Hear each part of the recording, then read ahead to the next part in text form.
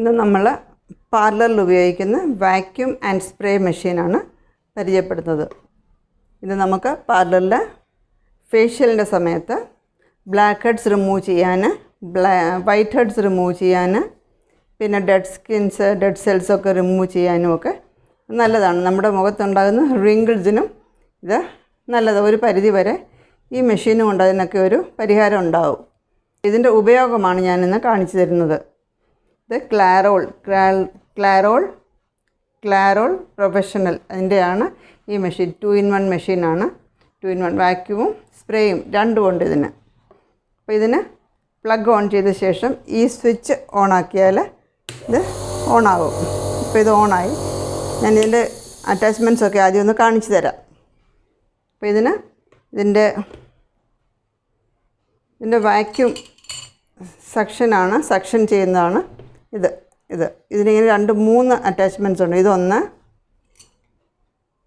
ഇത് വേറൊന്ന്, രണ്ടാമത്തത്, ഇത് മൂന്നാമത്തത്. നമ്മുടെ സ്കിന്നിൻ്റെ ഓരോ ഭാഗത്തിനും ചേർന്ന അറ്റാച്ച്മെൻറ്റ് നമ്മൾ ഇതിൽ നിന്ന് യൂസ് ചെയ്യണം. ഇത് നമുക്ക് മാറ്റിയിട്ട് ഇതിലേതാണ് വേണ്ടിയെന്ന് വെച്ചാൽ അത് നമുക്ക് ഇങ്ങോട്ട് അറ്റാച്ച് ചെയ്യാൻ പറ്റും. അപ്പം ഇത് നമ്മുടെ ഈ മുഖത്തിൻ്റെ കവിളിലൊക്കെ ഉപയോഗിക്കാനാണ്. ഇതിപ്പം മൂക്കിൻ്റെ സൈഡിലെ ചിന്നിലൊക്കെ ഉള്ള ഡെഡ് സ്കിൻസും ആക്നെയൊക്കെ റിമൂവ് ചെയ്യാൻ, ബ്ലാക്ക് ഹെഡ്സൊക്കെ റിമൂവ് ചെയ്യാൻ ചെറിയ ഭാഗങ്ങളിലേക്കുള്ളതാണ് ഇത്.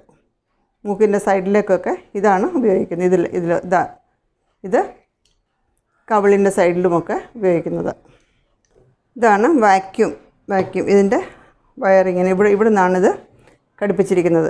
കണ്ടില്ലേ ഇവിടെ ഇതാണ് വാക്യൂം.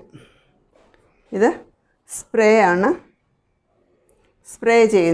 ചെയ്യാൻ ഉപയോഗിക്കുന്നത്. ഇത് ഓൺ ചെയ്തിട്ട് ഇവിടെ ചെറിയൊരു സുഷിരമുണ്ട്.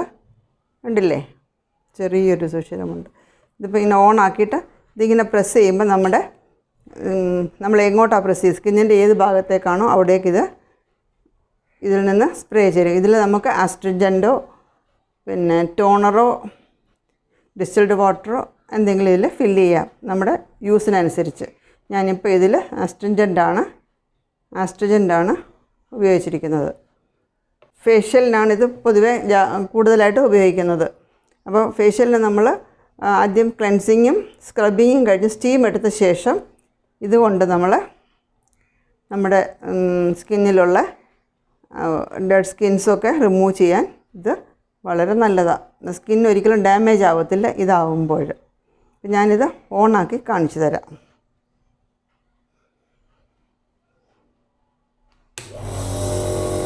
ഇത് ഓണായി. ഇതതിൻ്റെ വാക്യൂമാണ്. ഉണ്ടോ? അപ്പോൾ ഡെഡ് സ്കിൻസും ഒക്കെ ഉണ്ടെങ്കിൽ ഇതങ്ങ് പൊക്കോളും. ഇതിങ്ങനെ ഇവിടെ ഒരു ഹോള് പോലുണ്ട്. ഇത് അടച്ച് പിടിക്കണം. ഇങ്ങനെ കണ്ടല്ലോ, ഇങ്ങനെ വെച്ചിട്ട് ഇങ്ങനെ പ്രസ് ചെയ്യുമ്പോൾ ഇതിൻ്റെ വാക്യൂം ഇങ്ങനെ കണ്ടോ, ഇത് നല്ല വാക്യൂം ഉള്ളിൽ വരുന്നുണ്ട്. ഇത് ഈ കൈ വിട്ട് കഴിയുമ്പോൾ ഇതെടുത്ത് കഴിയുമ്പോൾ അത് പോകത്തുള്ളൂ. കണ്ടോ?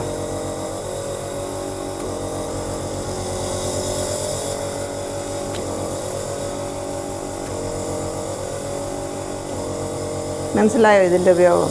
അപ്പോൾ നമ്മളിത് ഉപയോഗശേഷം ഇത് നമുക്ക് റിമൂവ് ചെയ്തും ഈ വയറും നമ്മൾ റിമൂവ് ചെയ്ത് ചൂടുവെള്ളത്തിൽ ഒത്തിരി തിളയ്ക്കുന്ന വെള്ളമല്ല, വാം വാട്ടറിൽ ഇത് വാഷ് ചെയ്യണം. അതിന് ശേഷം മൈൽഡ് ഷാമ്പുവോ സോപ്പോ ഉപയോഗിച്ച് നന്നായിട്ടിത് ക്ലീൻ ചെയ്യണം. ക്ലീൻ ചെയ്ത് ചെറിയ ബ്രഷോ അല്ലെങ്കിൽ ചെറിയ തുണിയുടെ കഷ്ണം, തുണി ആയാലും മതി. ഈ ഫേസ് ടിഷ്യൂ ഒക്കെ കിട്ടുമല്ലോ, ബ്രഷോ ഫേസ് ടിഷ്യൂസോ എന്തെങ്കിലും ഉപയോഗിച്ച് ഇത് നമുക്ക് ഇതിൻ്റെ ഉൾവശം ക്ലീൻ ചെയ്തെടുത്ത് ഡ്രൈ ആക്കി വേണം ഇത് സൂക്ഷിക്കാൻ. അല്ലെങ്കിൽ ഇത് ഇൻഫെക്ഷൻ ഉണ്ടാകും മറ്റുള്ളവർക്ക്.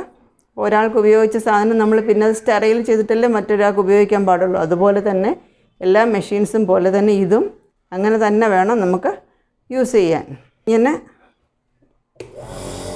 ഇതിങ്ങനെ ഉപയോഗിച്ച് കഴിഞ്ഞു. ഫേസിൻ്റെ ഇതിപ്പം കവിളിലൊക്കെ ചീക്സിലൊക്കെ ഇത് നല്ല ഈസി ആയിട്ട് നമുക്കിത് ചെയ്തെടുക്കാം. ഇത് മൂക്കിൻ്റെ സൈഡിലോട്ടൊക്കെ ആണെങ്കിൽ ഇത് വേണം എടുക്കാൻ. ഇതോ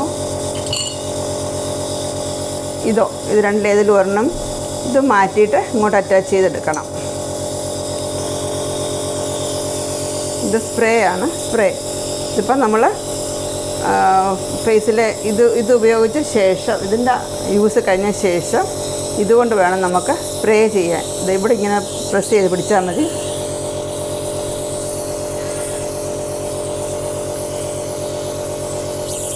ഉണ്ടോ, ഇങ്ങനെ സ്പ്രേ ആകും. ഇത് നമുക്ക് ഓഫ് ചെയ്യാം.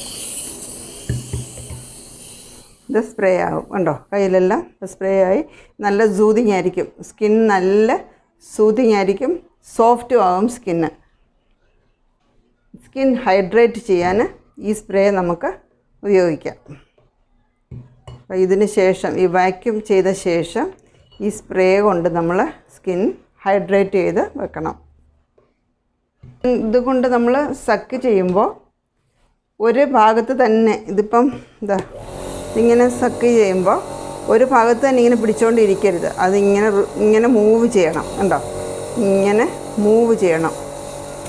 അല്ല ഒരേ സ്ഥലത്ത് ഇങ്ങനെ വെച്ചുകൊണ്ടിരുന്നാൽ അവിടെ ആ സ്കിൻ ചിലപ്പോൾ ഡാമേജ് ആയിപ്പോവും.